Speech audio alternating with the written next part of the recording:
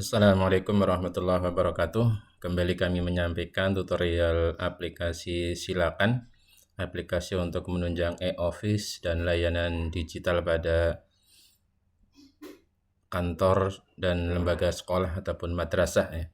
Pada kesempatan kali ini kami akan menyampaikan terkait dengan pengaturan umum aplikasi Silakan ya. Dan ini menjadi bagian juga terkait dengan apa yang harus kita lakukan ketika kita sudah selesai melakukan instalasi dan aktivasi aplikasi. Jadi ini menjadi langkah awal, dan langkah yang pertama kali kita lakukan itu apa? Perlu kami sampaikan terlebih dahulu terkait dengan pengaturan aplikasi. Ada dua kategori pengaturan. Yang pertama adalah pengaturan umum dan yang kedua adalah pengaturan khusus ya. Pengaturan umum artinya adalah pengaturan yang nanti akan berlaku lintas tahun dan berlaku untuk secara keseluruhan aplikasi Silakan. Sementara pengaturan khusus adalah pengaturan pada fitur-fitur tertentu ya. Misalnya pengaturan khusus terkait dengan manajemen siswa, nanti ada pengaturan tersendiri. Kemudian manajemen pegawai yang di situ ada cuti dan sebagainya juga ada pengaturan tersendiri. Begitu juga dengan pengaturan terkait dengan tata persuratan juga nanti ada pengaturan tersendiri, termasuk juga nanti terkait dengan informasi publik penunjang zona integritas juga nanti ada pengaturan sendiri. Nah, pada kesempatan kali ini kami hanya fokus pada pengaturan aplikasi secara umum. Jadi apa saja yang perlu kita atur, yang perlu kita lakukan sebelum kita mulai mengoperasikan atau menggunakan aplikasi Silakan. Langsung saja kita login. Nah, untuk melakukan pengaturan umum, kita masuk ke role administrator ya, karena untuk pengaturan umum itu hanya ada di role administrator, sementara pada role yang lain tidak ada menunya ya. Kita masuk ke role administrator.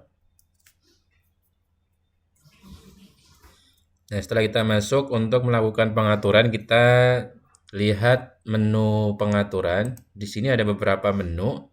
Yang pertama adalah pengaturan identitas lembaga, kemudian manajemen user, kemudian setting database, dan yang keempat setting email notifikasi. Nah, nanti apa saja maksud dan bagaimana cara pengaturan pada masing-masing menu ini yang akan kita bahas pada kesempatan kali ini.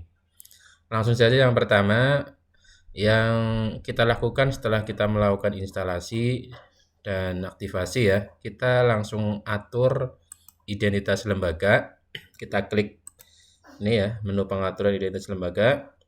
Kita lihat di sini beberapa inputan yang harus kita lakukan dan akan kami jelaskan satu persatu ya. Untuk nama lembaga nanti ini sudah default dari saat registrasi ya, sehingga ini di sini inputnya di disable atau tidak bisa diubah.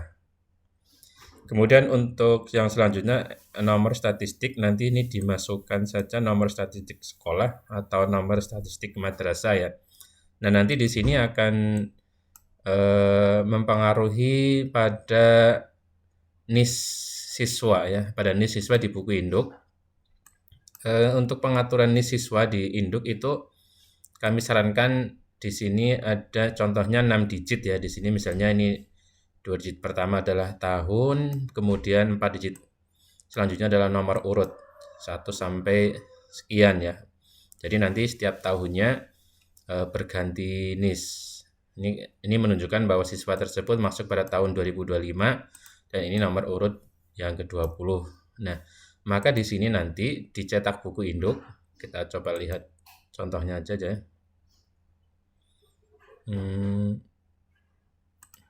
Kita coba generate di sini.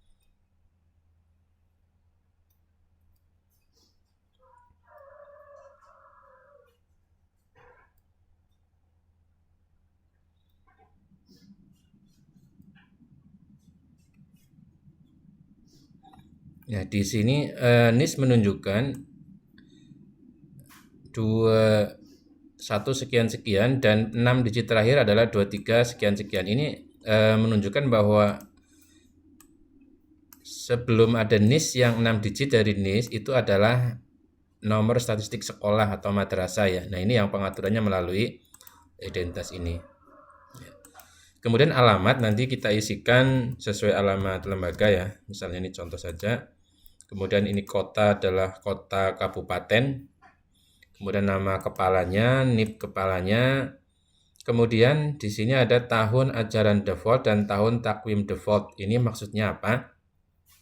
Di sini adalah untuk mengatur default tahun dan tahun ajaran saat kita baru membuka aplikasi ya. Kita di sini maksudnya ketika kita dari login kemudian kita masuk, maka yang tahun terbuka adalah tahun sebagaimana diatur pada pengaturan lembaga ini. Misalnya ini 2026 dan ini tahun ajaran 2526. Karena memang pengaturan defaultnya kita atur di sini. Maka apabila nanti berganti tahun ajaran, misalnya sekarang sudah 2627, nanti kita bisa atur defaultnya di sini menjadi 2627 agar kita login data yang tampil langsung menuju ke tahun yang kita default.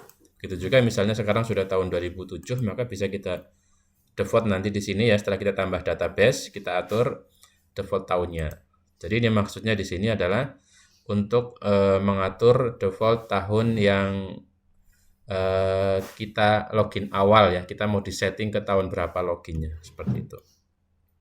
Kemudian untuk nomor WA helpdesk, nanti kita isikan dengan nomor WA layanan sekolah ya. Kita isikan dengan nomor layanan sekolah, karena nanti di sini itu yang akan dijadikan untuk nomor helpdesk yang ada di cover aplikasi ya, atau di halaman depan aplikasi. Ini misalnya saya buka ini contoh ya.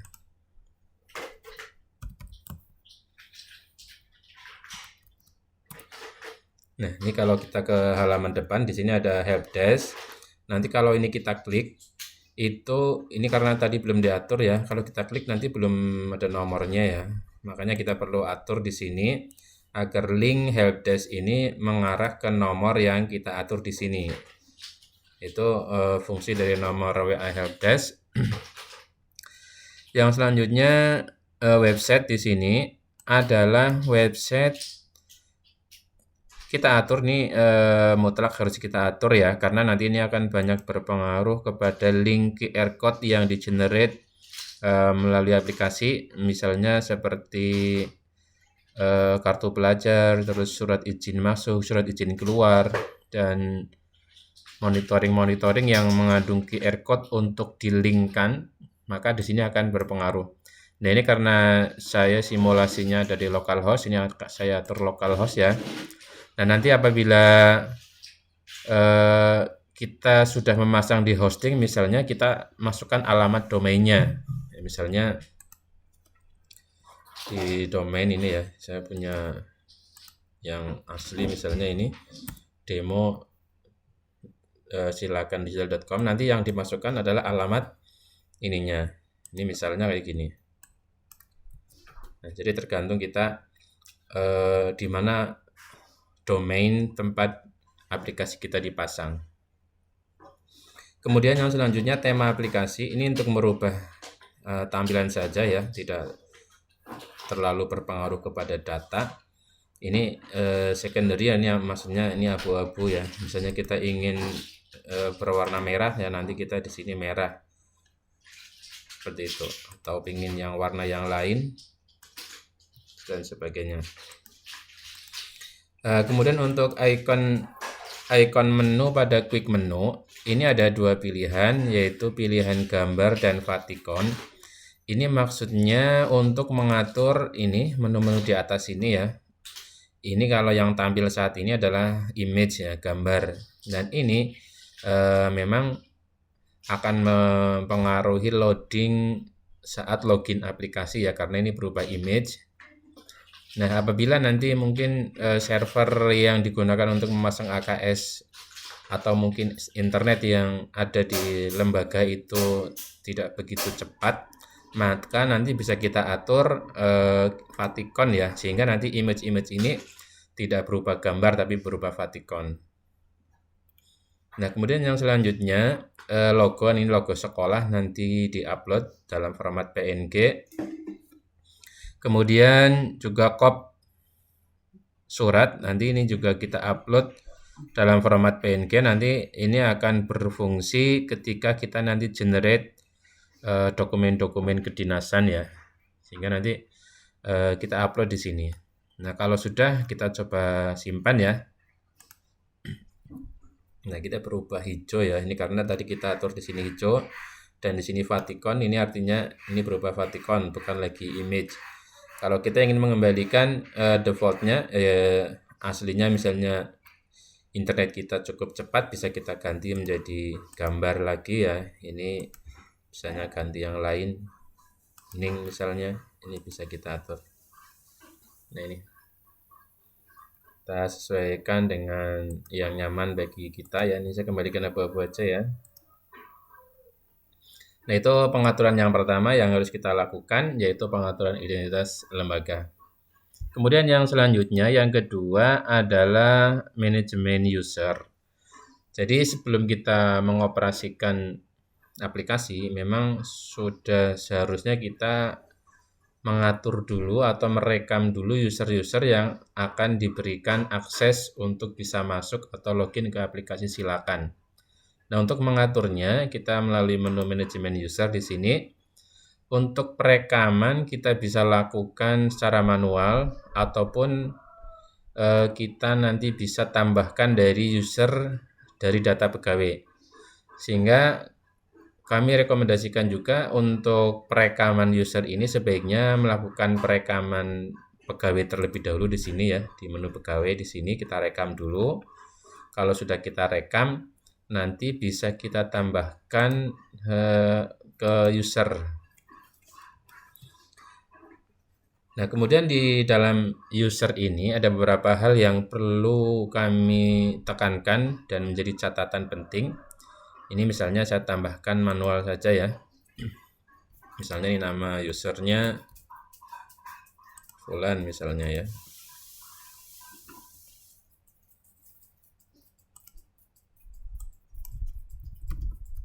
Contoh aja.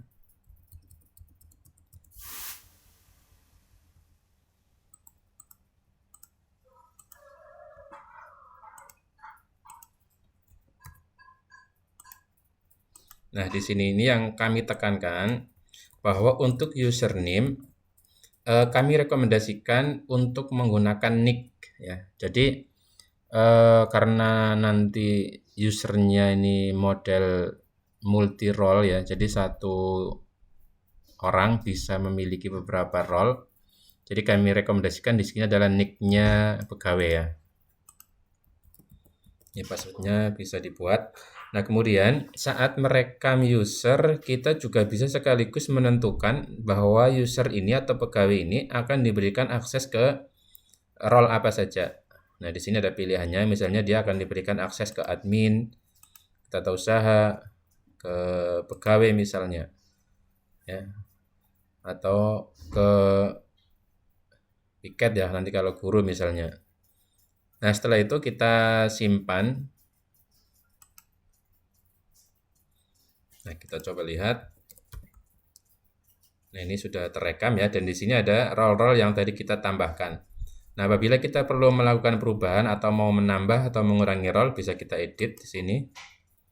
Nah, misalnya ini hanya misalnya guru ya, kita guru BK misalnya, diakses ini, nah kita simpan bisa.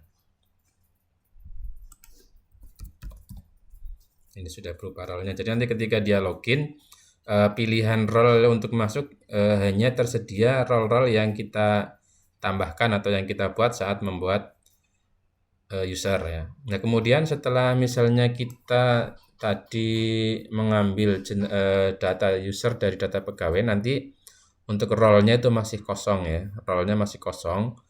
Nah, apabila kita ingin menambahkan secara multi banyak, kita bisa melakukan sekaligus juga ya. Misalnya di sini belum punya role ya, atau mau menambahkan ini, mau menambahkan misalnya ini mau saya tambahkan role piket misalnya, ini belum punya role piket ya.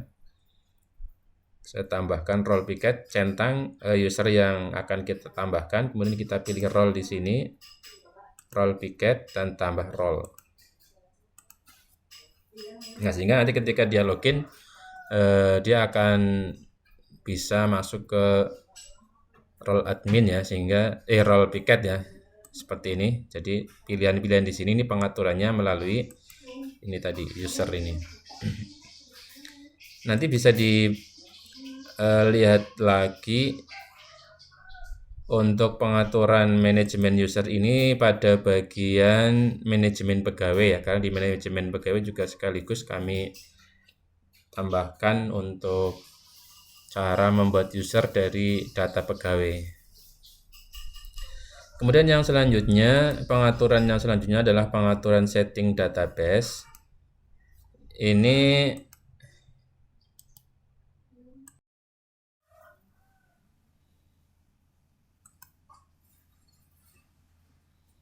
untuk pengaturan database, ini maksudnya adalah kita menambahkan database pada aplikasi Silakan, misalnya kita sudah berganti tahun ajaran ya, maka kita perlu menambahkan database.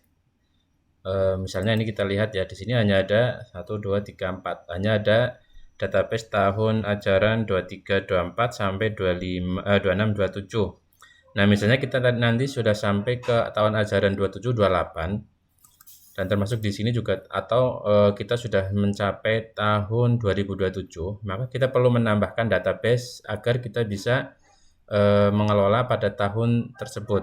Maka untuk menambahkan, kita tambahkan di sini ya. Tambahkan di sini. Kita isikan di sini cukup tahun awalnya saja.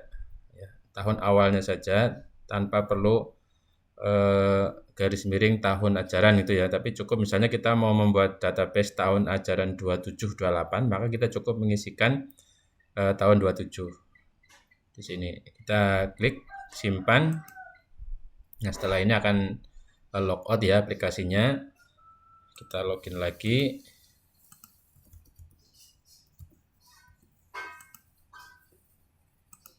Nah, nanti akan terbentuk database yang baru ya di sini. Jadi ada tahun ajaran 27-28 dan di sini juga ada tahun 2027 seperti itu. Sehingga nanti kita bisa kelola.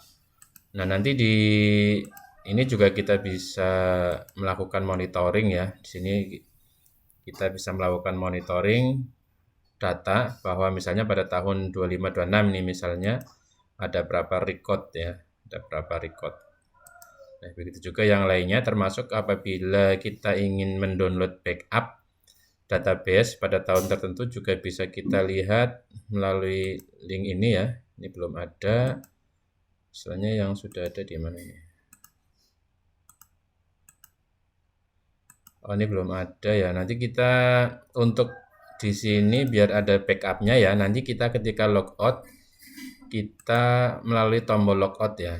Sehingga nanti terbentuk backup otomatis. Ini misalnya 25, 26.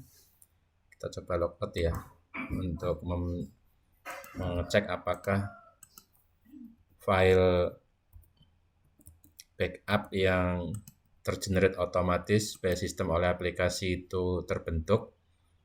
Kita coba lihat di database. Ini tahun tadi 25-26 ya. Nah, di sini akan terbentuk backup. Nah, nanti bisa kita download sebagai file pengamanan data ya. Database apabila terjadi hal-hal yang tidak diinginkan pada aplikasi, kita sudah punya datanya. Kita bisa download ini nanti ya. Itu untuk pengaturan database. Kemudian yang selanjutnya adalah pengaturan setting email notifikasi. Setting email notifikasi ini maksudnya nanti akan kita fungsikan untuk fitur lupa password ya. Misalnya user yang sudah kita buatkan usernya, kita coba lihat sampelnya ya. Tadi misalnya si ini misalnya ini saya coba ini aja email beneran ya. Nah, pastikan nanti email di sini adalah valid karena nanti akan difungsikan apabila kita lupa password. Jadi untuk mereset password ya.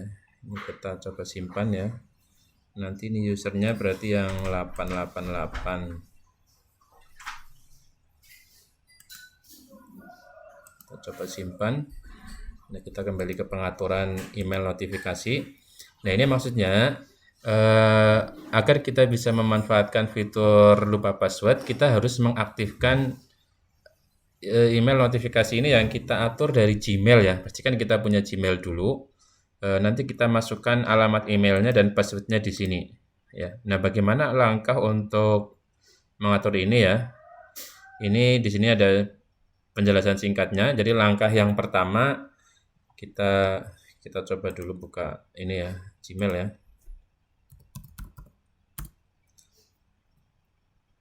Kita buka Gmail. Di sini langkah yang pertama adalah aktifkan verifikasi 2 langkah. Kita masuk ke ini ya, ke akun. Kemudian kelola akun. Nah, di sini di keamanan dan login, nanti di bagian bawah ada verifikasi 2 langkah di sini. Nah, ini pastikan nanti statusnya di sini aktif ya. Kalau belum aktif nanti silakan diklik di sini. Oh, ini keluar.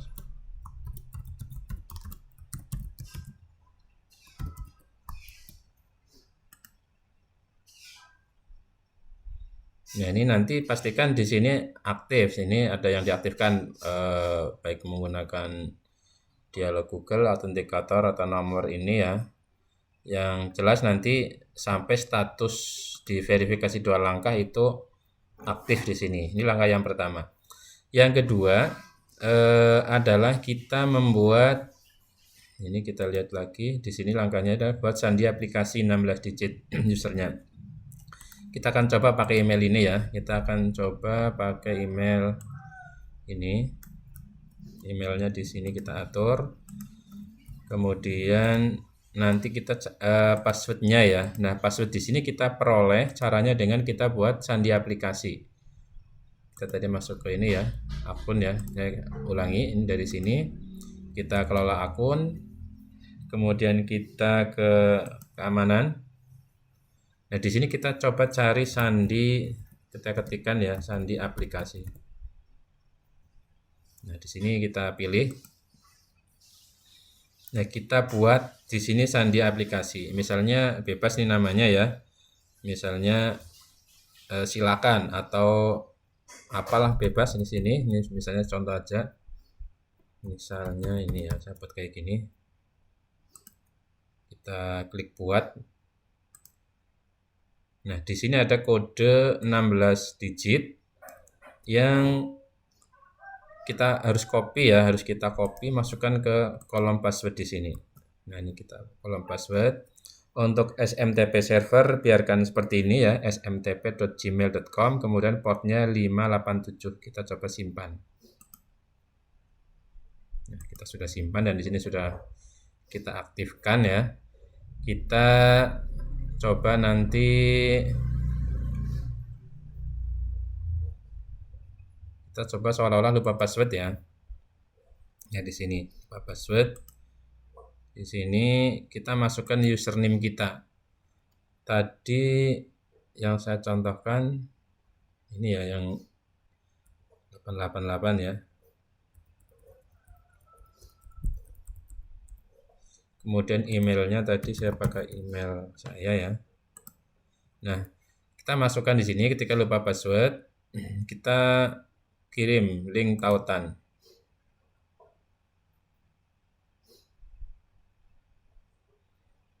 Nah, ini email terkirim, nanti kita cek di email apakah ada email masuk. Nah, untuk email saya di sini aja dari sini ya.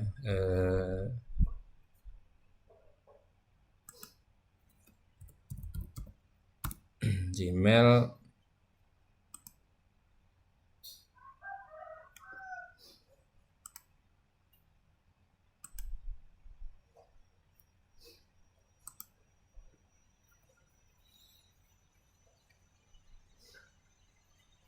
Kita cek. Nah, ini ada di sini ada email masuk reset password dari Silakan ya. Nah, ini. Nanti kita klik di sini reset. Nah, nanti akan masuk ke halaman. Nah, ini karena apa namanya tadi di pengaturan ini sebentar.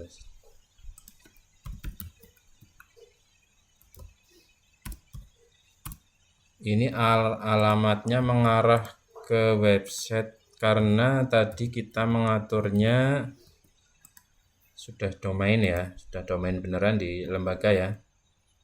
Di lembaga di sini ini sudah kita atur kayak gini. Nah, nanti ini sesuaikan ya, makanya ini tadi linknya juga mengarahnya ke sini. Saya ini saja ya, localhost saja.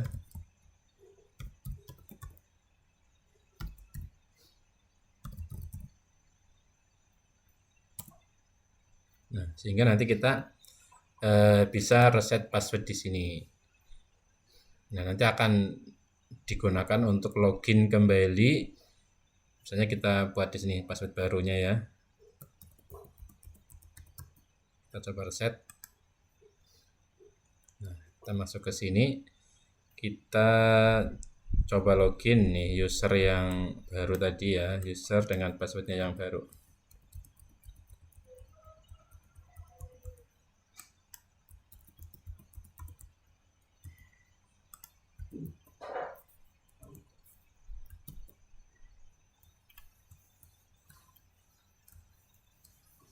Kita login. Nah, ini udah masuk ya. Ini user yang baru, password yang baru. Nah, kembali lagi ke sini ya. Jadi pastikan makanya untuk ini seperti ini ya.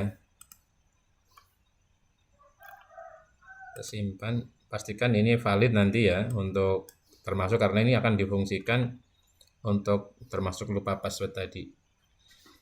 Demikian untuk pengaturan umum aplikasi Silakan baik yang terkait dengan lembaga, user operator, setting database dan setting email notifikasi, cara dan termasuk apa maksud dan fungsinya sudah kami jelaskan. Mudah-mudahan bisa dipahami dan dapat mempermudah kita dalam proses pengelolaan aplikasi Silakan. Demikian yang bisa kami sampaikan. Terima kasih. Assalamualaikum warahmatullahi wabarakatuh.